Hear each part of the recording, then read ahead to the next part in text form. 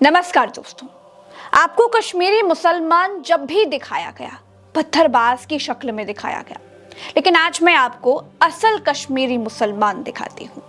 आपके सामने ये कश्मीर है, यहाँ भयंकर बर्फ पड़ रही है, सड़कों पर 1-1 फीट तक बर्फ जमा हो गई है, लिहाजा जो पर्यटक जहाँ थे वहीं पर फंस गए हैं। बर्फ से पटी सड़क पर हिंदू पर्यटकों की मदद करता ये अब्दुल है। बस में पर्यटकों को खिलाते ये आरिफ, हमजा और हिमाकत बेग जैसे लोग हैं। आपके सामने ये मस्जिद है। गोदी मीडिया ने आपको मस्जिद के भीतर आतंकी, जिहादी, थूकने वाले तबलीगी दिखाए हैं ना। बहुतों ने मस्जिदों और मदरसों को आतंक के अड्डे बताए हैं। पंजाब से आए ये लोग कहते हैं उनको भारी बर्फबारी में मुसलमानों ने मस्जिद के भीतर रखकर उनकी जान बचाई है। आज रात को ही हम गोंड की मस्जिद में रुके थे सर जी। कैसी हमारी बहुत ज्यादा मदद की जी। इनके साथ ही हमने ये इतने तूफान की रात गुजारी है। जीवन दान वाली बात हुई था। ऐसा एक मस्जिद का हाल नहीं था।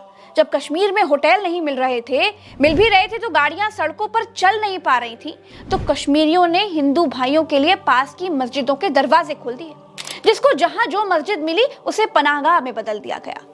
उत्तर प्रदेश के कुंभ में मुसलमानों के आने पर रोक लगाने वालों तक मेरा ये वीडियो जरूर पहुंचाइएगा।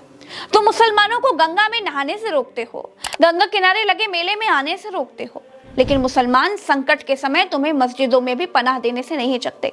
सिर्फ मस्जिद ही नहीं, हिंदू पर्यटकों को बर्फबारी से बचाने के लिए, बर्फीले तूफान से उनकी जान को बचाने के लिए आम कश्मीरियों ने अपने घर के दरवाजे तक खोल दिए।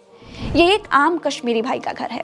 बैठने के लिए घर में जगह भले ही कम हो, लेकिन इतना बड़ा दिल दिखाकर ही इन लोगों ने हिंदू भाई बहनों का दिल जीत लिया। ऐसे लोग मैंने दुनिया में आज तक नहीं देखे जो इतनी मदद करते हैं। प्रज्ञा मिश्रा का ये वीडियो सारे नफरती बाबाओं तक जरूर पहुंचाइएगा।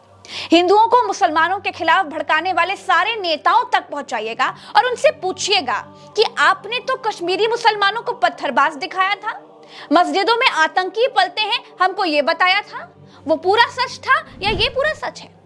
आज की यह खबर देखने का अगर समय आपके पास नहीं है तो कोई बात नहीं, वीडियो को सेव कर लीजिएगा, बाद में देखिएगा, लेकिन जब भी देखिएगा प्लीज पूरा देखिएगा।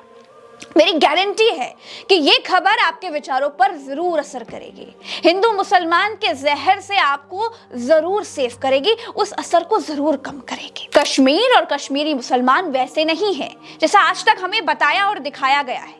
कश्मीरी मुसलमानों ने 1-2 नहीं 2000 हिंदू पर्यटकों को अपने घर और मस्जिदों में जगह दी। 1800 गाड़ियां बर्फबारी में फंसी हुई थी दोस्तों। गांदरबल, सोनमर्ग, गुलमर्ग, पहलगाम, इन जगहों का तापमान -22 डिग्री था। कश्मीरियों ने हिंदू पर्यटकों को सिर्फ पनाह ही नहीं दी, जिसके घर में जो राशन पानी था, जिससे जो जितना बन पड़ा उस हिसाब से उसने उसकी सेवा की। दैनिक भास्कर अखबार में छपी इस खबर का हिस्सा पढ़िए आप जरा। दूध पखरी में फंसे 9 पर्यटकों में एक पर्यटक राजेश राजपूत ने बताया कि हम बर्फबारी में 4 घंटे तक फंसे थे। शाम होने लगी थी, तापमान गिरने लगा था।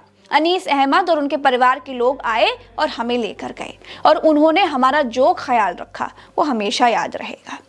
ऐसे और भी उदाहरण अखबार ने छापे हैं, अब वीडियो रोक कर खुद पढ़ सकते हैं। दोस्तों, इन नेताओं के भड़काने में प्लीज मत आइए। बाबाओं के लड़ाने से लड़िए मत। बस एक बात याद रखिए, 700 साल तक इस देश पर मुगल शासन रहा। 700 साल तक देश पर मुसलमानों ने एक छत्र राज किया है। अगर मुस्लिम राजाओं ने तलवार के दम पर इस्लाम फैलाया होता तो आपको लगता है कि 700 साल में भारत के भीतर कोई हिंदू बचता? और अगर 700 सालों तक मुगलों ने भारत में तलवार के दम पर इस्लाम फैलाया था तो भारत में सिर्फ 20% ही मुसलमान क्यों रहे? क्यों बहुसंख्यक आबादी मुगल काल में भी हिंदुओं की ही थी? मेरे ये बताने का मतलब सिर्फ इतना है कि अपने अपने धर्म का प्रसार सब करते हैं, अपनी अपनी तरह से करते हैं।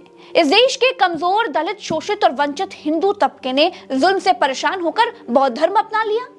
उस पर कोई बाबा, कोई नेता, कोई कुछ नहीं बोलता, लेकिन मुसलमानों के नाम पर ये सब आपको भड़काने के लिए चले आते हैं। मस्जिदें खोदने के इस अमृत काल में हो सकता है आपको प्रज्ञा मिश्रा की बात पसंद ना आए, लेकिन तब भी मेरी आखिरी कोशिश यही रहेगी कि मैं चींटी जितने प्रयास से अगर मुट्ठी भर लोगों के दिमाग को भी अगर नफरत के जहर से निकाल पाऊं तो मैं खुद को बड़ा सौभाग्यशाली समझूंगी। नमस्कार। प्रज्ञा के पन्ना चैनल को अगर आपने सब्सक्राइब नहीं किया है तो सब्सक्राइब करते जाइएगा। सब्सक्राइब करने से ही सच्चे साथियों की सही संख्या का अनुमान लग पाता है दोस्तों। नमस्कार।